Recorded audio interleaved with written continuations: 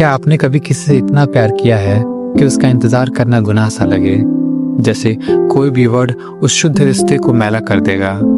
यही है धर्मवीर भारती का उपन्यास गुनाहों के देवता। गुनाहों के देवता कहानी है चंदर और सुधा की।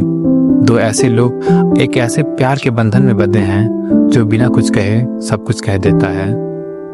ये वही शुद्ध और अनकहा रिश्ता है जो अपने ही आदर्शों और अपने ही उसूलों की वजह से बर्बाद हो जाता है, जिन आदर्शों और उसूलों को उनकी हिफाजत करनी थी।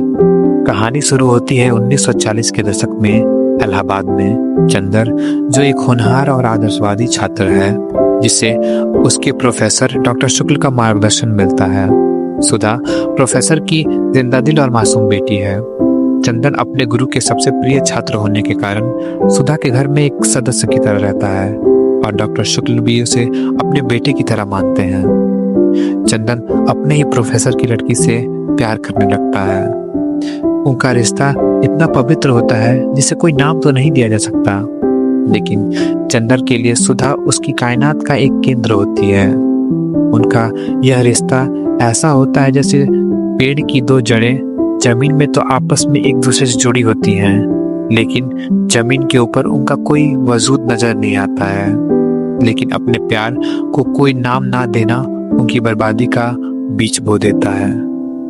इस कहानी का सबसे बड़ा दर्द है चंदर की मोहब्बत। वो सुधा से सिर्फ प्यार नहीं करता, वह उसकी पूजा भी करता है। वह उसे इतने ऊंचे सिंहासन पर बैठा देता है जहां वो एक देवी बन जाती है। एक ऐसा आदर्श जिसे दुनिया की गंदी नजर से और खुद चंदन से भी बचा के रखना जरूरी है।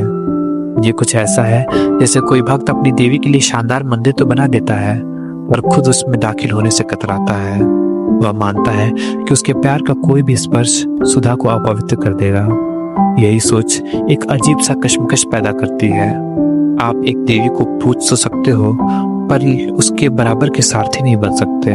जब सुधा की शादी की उम्र होती है तो यही आदर्श जहर बन जाता है। समाज के दबाव और अपने ही बनाई हुई जिम्मेदारी के बोझ तले दबकर चंदन एक भयानक फैसला करता है। वह सुधा को यकीन दिलाता है कि उसके पिता के द्वारा चुने गए लड़के से शादी करना ही उसका धर्म है। वह इसे अपने निस्वार्थ मोहब्बत का सबसे बड़ा सबूत बनाकर पेश करता है।